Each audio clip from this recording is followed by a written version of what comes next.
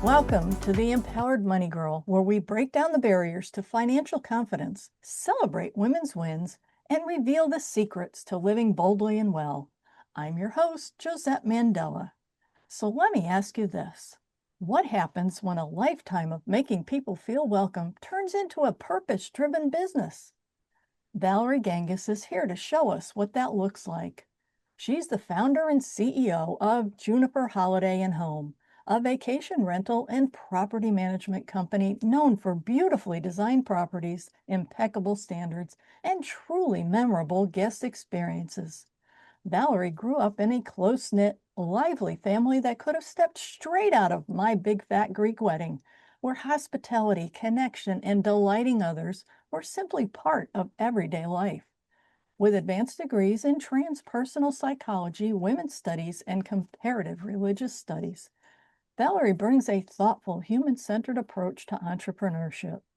She also is a published author and passionate advocate for women in business, leading an all-female team grounded in service, excellence, and care. If you're curious about building a values-driven business rooted in hospitality, leadership, and intentional growth, you'll love this conversation. Please welcome the warm, insightful, and hospitality-driven Valerie Gangas. Thank you for having me. So, Valerie, can you take us back to the beginning? What was your path to where you are today? Yeah, I think it all started with my father's business. He owned restaurants, and I began working with him when I was 18 years old. And I stayed with him for 15 years until he sold all the restaurants. So, growing up in a restaurant family, hospitality was pretty much at the core of everything we did. We had lots of dinner parties. There was people over all the time. We were always taking care of people in a way. And then it also became my career. And from the beginning, with a lot of guidance from him, I could see that I had a lot of natural ability in hospitality, and I was good with management, putting good teams together, and it just became a passion of mine. I loved it. You know, when you're good at something and you like it, you've hit a home run. Oh, absolutely. There's nothing like finding the work that you love and being able to be paid for it. Yeah, absolutely. And I can now look back and understand exactly why I love hospitality businesses. It's every day is different. You're face to face working with people. There's a lot of excitement in it. And so it suits my personality. So when you were working with your dad and then decided that you didn't want to be in the family business anymore, or it was time to branch out, how did that decision come about? He had been thinking about retiring for a while. So, my mom was pretty sick. She had breast cancer and he was getting older and some opportunities came his way. And within a couple weeks, he said, like, I'm selling all the restaurants. Like it was a deal that came together. So I kind of knew it was coming. But then it happened. Like I walked into work one day and it was my last day running that particular store. In the meantime, I had started thinking about opening my own bars and restaurants, and I had found another partner, not my dad, another gentleman to work with. And so I knew it was going to continue some way, somehow. But then what happened was we sold all the restaurants, and then my mom and I decided to take some time off because I'd been working so hard for so long. And I wanted to just spend time with my mom, and we traveled a lot. We went to Prague and Portugal. We did a lot of road trips. And then her illness really progressed, and then she passed away. So in a way, it was like perfect timing because I spent a year like traveling with her and just spending a lot of time with her. So after that, it was the only time in my career that I was not in hospitality. I took a 2-year break and worked for a foundation that promotes transcendental meditation. And I loved that. I loved working for a non-for-profit. But after 2 years, I was like, I kind of miss hospitality. I missed real estate. I had always dabbled in real estate. And so it brought me right back to that path. I started working with a real estate developer out of Colorado. And then ultimately, we bought 14 homes together, and I started managing those homes, putting guests in the homes, running them as short-term rentals, which really means you're running like a hotel out of your house. Mhm.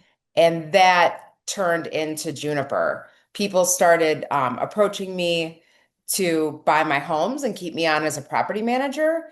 And I went from those initial 14 homes to now 140 homes in about 3 years. Wow. Hmm. That's that's quite a change, and yet it's not, because like you said, it's kind of like Right. running a hotel and hospitality. All the skills that I had picked up in the restaurant business then really helped me in this business. Even though it's different, it's still at the end of the day, it's still hospitality. So in all of that, I mean, that's amazing that you got to spend that year traveling with your mother. I mean, Yeah, it what was a a blessing. blessing. Hmm. So in the midst of all this, do you feel like you're financially independent, or how do you know when you've actually achieved that? Yeah, I mean, starting your own business is no joke. I mean, you have to be mentally prepared for some real highs and some real lows. I had never experienced that before, so there's definitely a learning curve. It kind of shows you what you're made of. Um, but I just kept with it. I believed in myself. I believed that I could make something of this company. And for me, it's beyond financial security. It's like I was building something real for my future. Um, I went, I think, I think I'm going beyond what I could have initially imagined for myself. And that's both shocking and exhilarating. So I I think because I grew up in like a very traditional home, but my mom didn't work. I mean, she was a poet, but like she didn't have a regular 9 to 5 job. My dad was the breadwinner. I think somewhere in my like subconscious mind, I thought that like a man had to take care of me, make money for the family, blah, blah, blah. But then I never got married or had kids. And I just found myself like having one opportunity in front of the other, in front of the other. And I just followed that thing that was my destiny. And over time, it must have been a lesson I had to learn in this lifetime. Over time, I realized, well, like I'm the breadwinner. Like I can take care of myself. I can do this. But that was a whole psychological thing that I had to get past and that was wrapped up in running my own business. Oh, and what an interesting way of looking at it, not only do I not have to live that, shall we say, 1950s June Cleaver Mhm. role where a man is a plan, he's the breadwinner, I stay at home, take care of the kids, but you also realize that, hey, that doesn't have to be my life, even though that's what I grew up with, that's what I saw. And I can be the breadwinner, do it myself, and do things on my own terms. Yeah, and I never wanted to get married and like settle down in the suburbs. And I never wanted that life. I mean, obviously, I would have done it.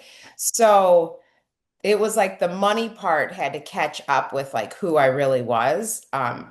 Looking back, there was no way that was ever going to happen to me, that I was going to, you know, have 2.5 kids, live in the suburbs, and like just stay at home. I mean, it was not possible for me, but my younger mind didn't fully understand that yet.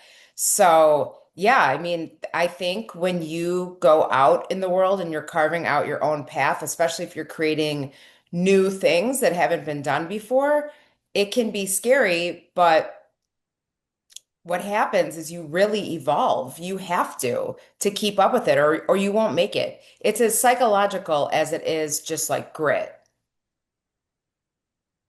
And that's so true, is that if you don't have the grit that like inner knowing that this is my path, these are the things that I need to learn, then it's really hard for you to take that first step and then that second step because you keep thinking, well, maybe if I should try this or maybe I should try that. And you never really finally find what it is you're really supposed to be doing in life.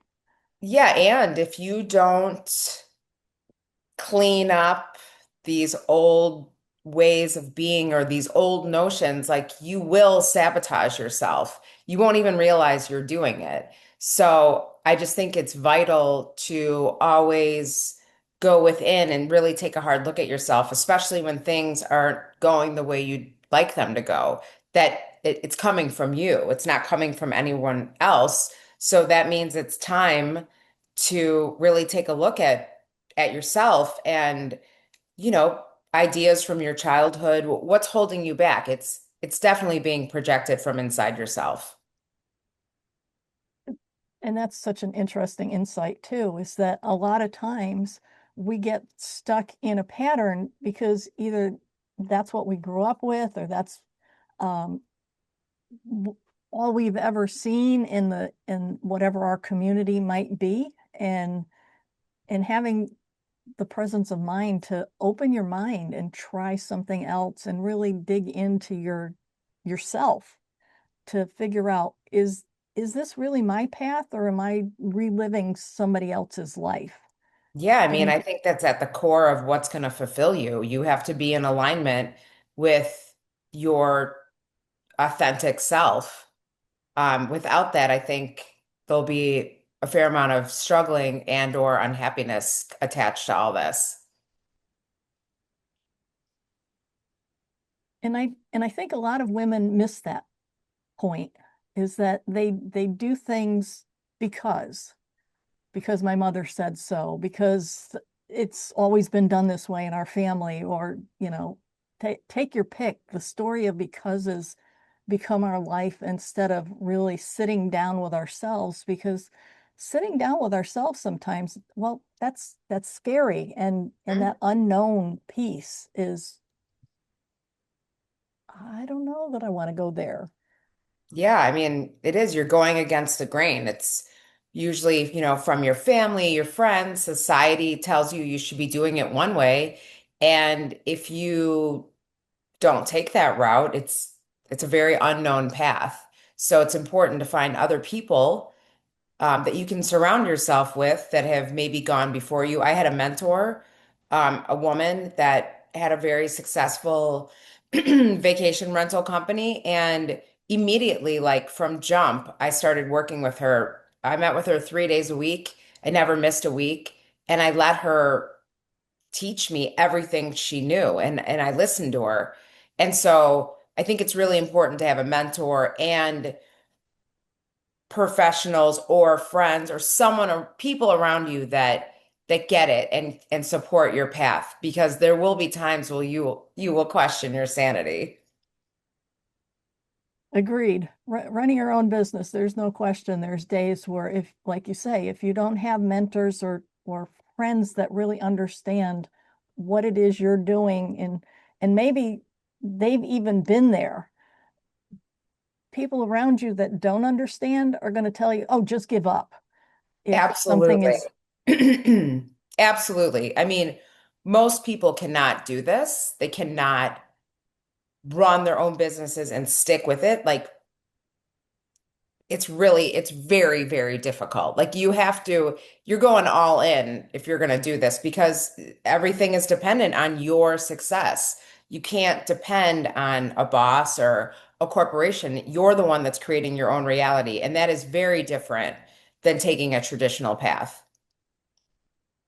agreed. And like you say, you're not only the employee for a lot of jobs in your company, but you're also the boss. So you need to be able to, if you decide to hire employees, you need to be the one that's directing them what to do, as well as directing yourself. And for a lot of people that just doesn't click. I Yeah, it's a lot. It's a lot. And for me, I have right now an all-female team.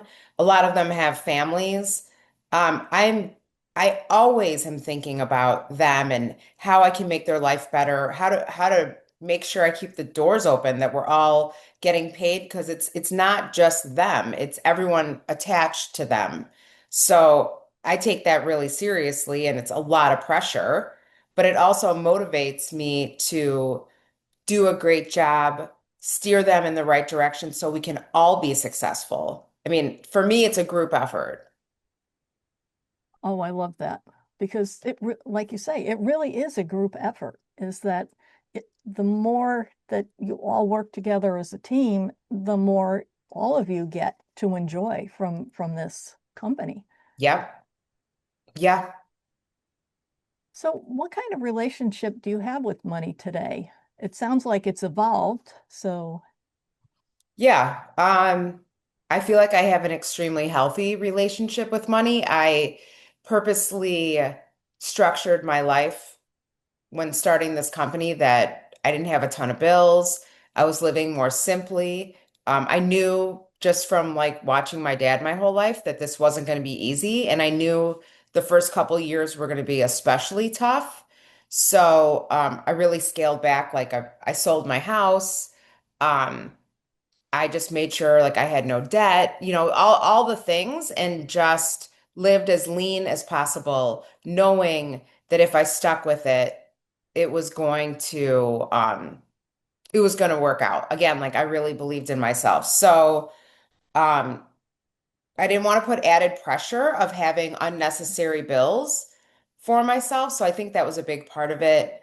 And then again, like every time I felt as though I was possibly sabotaging myself or sabotaging an opportunity, I had someone that I could talk to about it to kind of set me straight and get my head straight.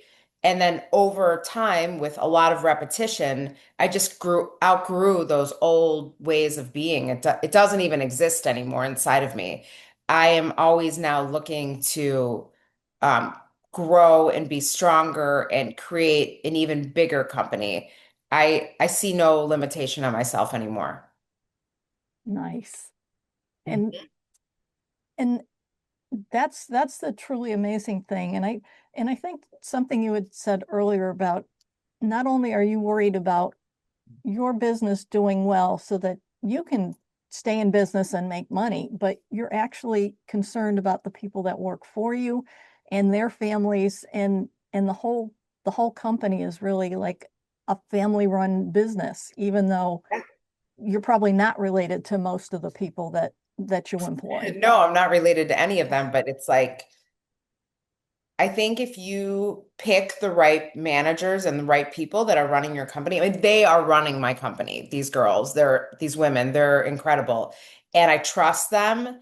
And so it's, I think it starts from the beginning. You have to pick the right people, train them properly, and then give up control.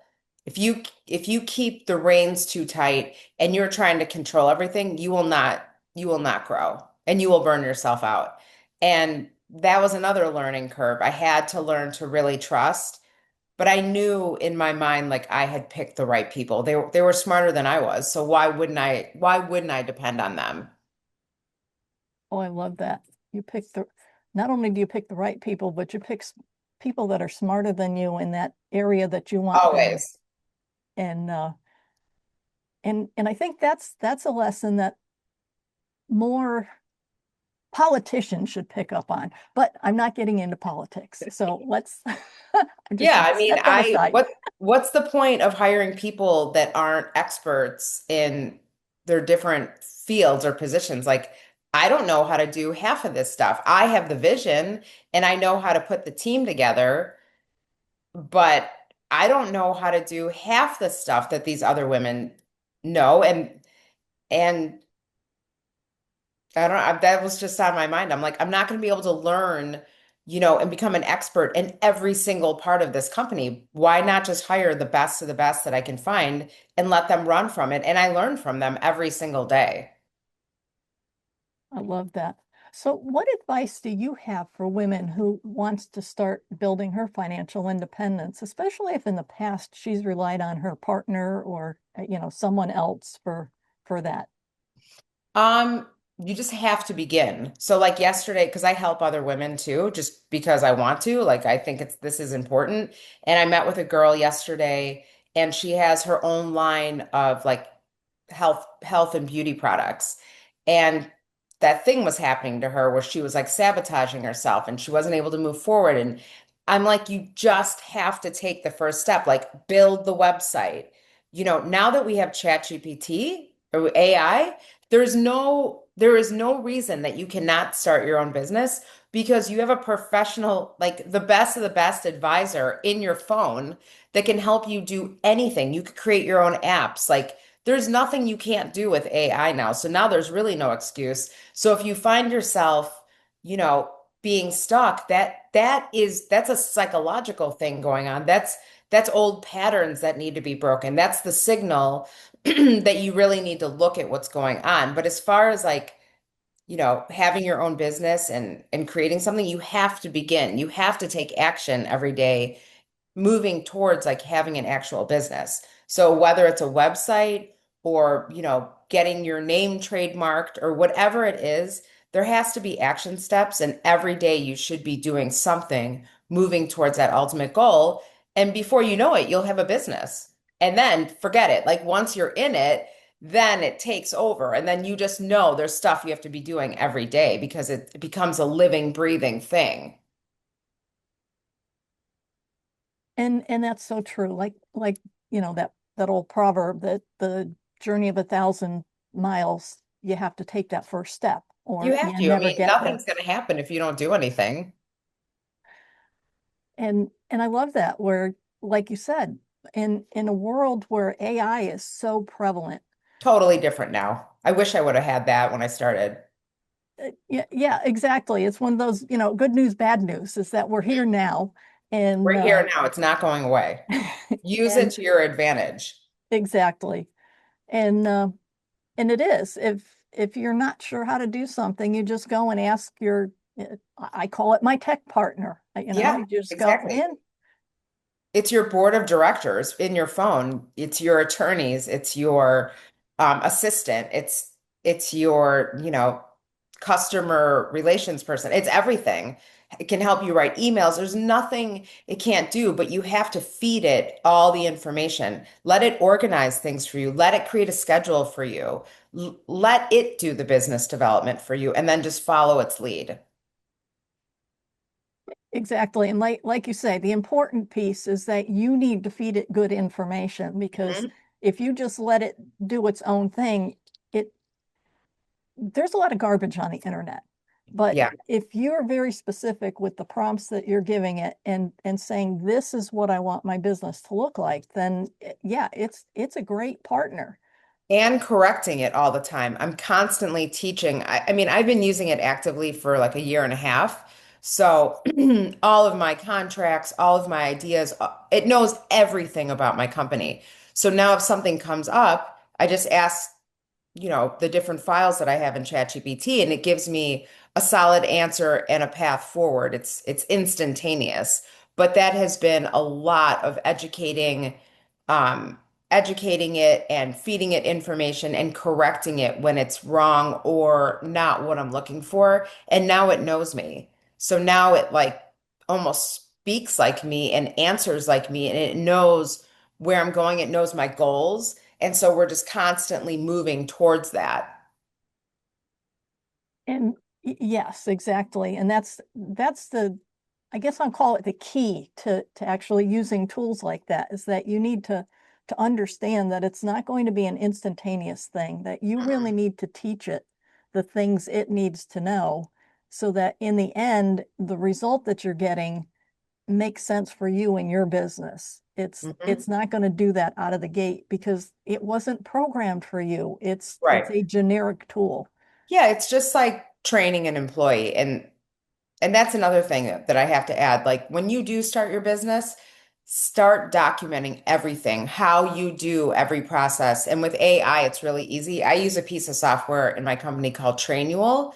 And all of my SOPs, all my systems, operating processes, everything is built out. So when you do start hiring employees, even your first employee, like everything is documented in a step-by-step manner, and it makes it really easy to scale. It makes it easy for your employees to train them. But even for yourself, you always have a manual to go back to on how to do anything. And that's just a very, very good habit to get into from the beginning. Absolutely agree. And like you say, having that manual, you're not trying to recreate it when you suddenly decide that my company's gotten to the point where I need to hire that first employee. You're not Oh, you will be scrambling. doing yourself a huge favor if you have everything documented. Huge. It's a game changer. Yeah, I can definitely see that. So, do you believe that women should always have money of their own? And why or why not? I believe all humans should have money of their own, women, men, everybody. It's it's important. I mean, it's vital.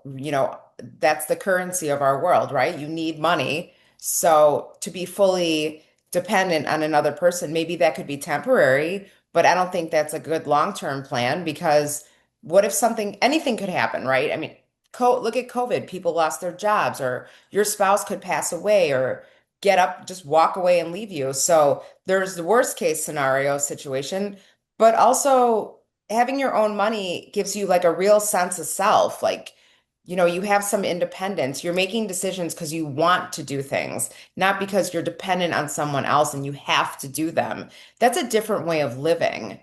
So, I'm not saying everyone has to go out and become a multimillionaire, but you should have your own cash and some security for yourself, and then go out and make decisions in the world based on what you truly want, not because your hands are tied.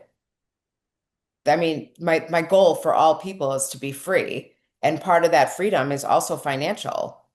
It's what motivates me to make money. I want to be free in every area of my life. Oh, I love that. That absolutely. That for those with that poverty mindset, or I shouldn't. That I mean, there's this weird dynamic that there's people out there that feel like, oh no, I can't make more than my parents did, or some other equally odd scenario. Time to And go to therapy when you have those thoughts, because those are old patterns. You got to break them. And we all have them. I mean, it is what it is, but you have the power to undo them.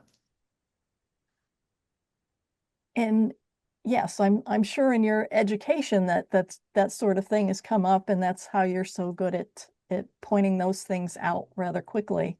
The Um, signs are always there, and it usually comes in the form of self-sabotage. it's funny that you should mention self-sabotage. That was a seminar that I was at yesterday. That was so interesting how he was bringing in all these different things, and he was saying, "So, do you think this is happening just because? No, it's self-sabotage that's Mhm. causing that, and here's why." And um, there seems to be a theme going in my week that self-sabotage apparently is something I need to look at. Well, I truly believe the subconscious mind is running the show. And until, like Carl Jung said, like until you make it conscious, you think it's all, random, but it's not. These lessons and these ways of being that are underneath, they're really directing your life. So when things aren't going your way, or you're questioning, like, why isn't anything working out for me? The best thing you can do is look in the mirror, because it's not coming from the outside world. You're making decisions all day, and it's like, where is that coming from? A lot of it is our patterns and belief systems. And I think that's a lot of times we forget that is that we're so busy doing that we don't really look at the inside and say, wait a minute, why am I doing this? Is Hmm. this really getting me to where I want to go? And and kind of sit with that and decide, oh, wait a minute, no, that's an old pattern, or no, my mother thought that. I don't really feel that way, or my Yeah. family did that. Why am I Hmm. doing it? That's why it's good to work with other people, especially if you can one-on-one, because you can't always see it. But saying it out loud to another person and explaining your situation, if the person's a good coach or therapist, whatever they are, they're going to pick up on the patterns and they're going to help you see, that this is something that needs to come be pulled apart. Really take a look at it. And once you look at it and you analyze it and you see it for what it is, it just disappears. Like it's no longer part of your reality, but it does take some attention to get to that point. Agreed. And it's It in doesn't go every away by itself, is what I'm trying to say. It just correct. doesn't. You have to work at it like everything else. Right. And starting your own business definitely is going to show you a lot of things about yourself that you hadn't expected. Yeah, it's something else. It's something else. I really believe it's part of like your evolution if you go down this path. It's gonna test you. It's gonna test you. So, what's next for you? What ambitions are still driving you forward? It was always my dream to own hotels. So I think that's next on my list, of things to do. And then maybe in my future, go back to doing more writing and speaking. I love writing. Um, More traveling. Like, I've looked back on my life. I've really worked really hard. Um, and so I think maybe in the next 10 years, I'd like to, you know, focus on fun and traveling and uh, going back to a more simple life than this much like intensity all the time, but we'll see. I don't know 100% what's in store for me. I do know that I want to open some hotels. Like that's 100% for sure in my mind. Wow, that's hotels. That's a lot of commitment. I mean, after what I've done, I think hotels will be a little bit easier. They're all in one place. But it's always been a dream of mine. That was my ultimate goal. And I kind of did that with vacation rentals, but I want to actually, like, I want to fulfill my dreams. I love that. And the whole traveling and writing and speaking, of course, you can combine all that into one. Yeah, You I've been doing a lot of speaking and stuff, but I tried to start working on my third book, which is about hospitality and service, but it's very difficult to focus and like run a business. So I'm kind of putting that on the back burner, but it's there. It's going to happen. Well, congratulations on having two books out there and Thanks. working on the third. Thanks. That's another journey. That's a whole other podcast. Agreed. Having written two myself, it's yeah, it's That's definitely a another journey. journey. Yeah. So if you could give one message to the women listening today about owning their own independence, what would it be? Figure out what you're good at. You don't have to be 100% like the most passionate about it ever. It's not your ultimate dream because I think sometimes you just have to start somewhere, but figure out something that you're good at that's not going to like break you, that you can make money and also have, somewhat of a balanced life. It's really hard if you own your own business to have a balanced life, but um identify that and then begin and start making money, start getting organized, get yourself a mentor and really go for it. And next thing you know, like you will be financially independent, but you're going to have to get over a couple things and switch your way of thinking. But when that happens to you and you know that like I did that myself, there is no better feeling and that will affect every other area of your life. You'll become more confident, more joyful and have like a real sense of just accomplishment. So, yeah, maybe you have a dream of being in the circus or something like that, but you have to pick something that you're actually going to make money and that you're good at because it will be easier then. And there's a lot of satisfaction of being good at something. So that's my advice. As far as your wildest dreams, those will come, but make some money first. Don't quit your day job. That's what I always tell people. Like, you got to have cash coming in. So whatever you need to do that. And then if you do have like a true passion, like I like writing, you do that on the side till the scales tip. And then you could like quit your job or sell your company or whatever it is. But at the core, you need to make sure that there is money coming in, or you will just expand the time that you are suffering with no money. It just doesn't work. I tried it. So thank you so much for joining us today, and a huge thank you to Valerie Gangas for sharing her wisdom and energy with us. If you found value in this conversation, please subscribe, leave a review, and share the Empowered Money Girl with your friends. The more we spread these stories, the more women we can empower to live boldly, both financially and in every part of life. Until next time, keep thriving. And remember, your journey to empowerment starts with you.